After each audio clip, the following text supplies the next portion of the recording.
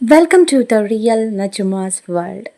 ഞാൻ ഈ ഒരു വീഡിയോയിൽ റിയൽ നച്ചുമാസ് വേൾഡ് എന്ന് പറയാനൊരു കാരണമുണ്ട്. നമ്മുടെ നച്ചു വാവയ്ക്ക് വേണ്ടി നമ്മൾ പണി കഴിപ്പിച്ച നമ്മുടെ സ്വന്തം വീട്ടിലാണ് നമ്മളിവിടെ നിൽക്കുന്നത്.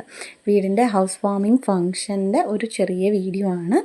അപ്പം ജസ്റ്റ് ഫോർ എ മെമ്മറി, നമ്മൾ ഫാമിലീസ് മാത്രമുള്ള ഒരു പ്രൈവറ്റ് ഫങ്ഷനായിരുന്നു നമ്മുടെ ഹൗസ് വാമിങ് എന്ന് പറയുന്നത്. മേടം 31 മെയ് 14 ആയിരുന്നു നമ്മളുടെ വീടിൻ്റെ പാലുകാച്ചൽ ചടങ്ങ്. ഞങ്ങൾക്ക് ഏകദേശം ടൈം കിട്ടിയിട്ടുണ്ടായിരുന്നത് ഒരു 7:45-നും 8:15-നും ഇടയ്ക്കായിരുന്നു. അപ്പോഴേക്കും ഞങ്ങൾ 7:30 മുന്നേ നമ്മളവിടെ എത്തി എല്ലാം ഒന്ന് സെറ്റ് ചെയ്തിട്ടുണ്ടായിരുന്നു.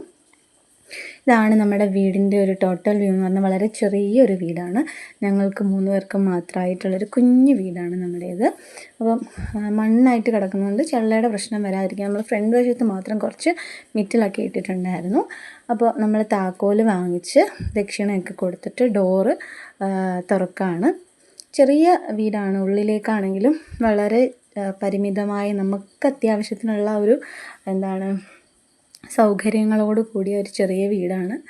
സംസാരിക്കാൻ തുടങ്ങിയ സമയം തൊട്ട്, അതായത് പ്രാർത്ഥിക്കുക എന്ന് പറഞ്ഞ് നമ്മൾ പഠിപ്പിച്ചു കൊടുത്ത ആ ഒരു സമയം തൊട്ട് അവൾ ദൈവത്തോട് ആവശ്യപ്പെട്ട ഒരു വലിയ ആഗ്രഹമായിരുന്നു അവൾക്കൊരു വീടെന്നുള്ളത്.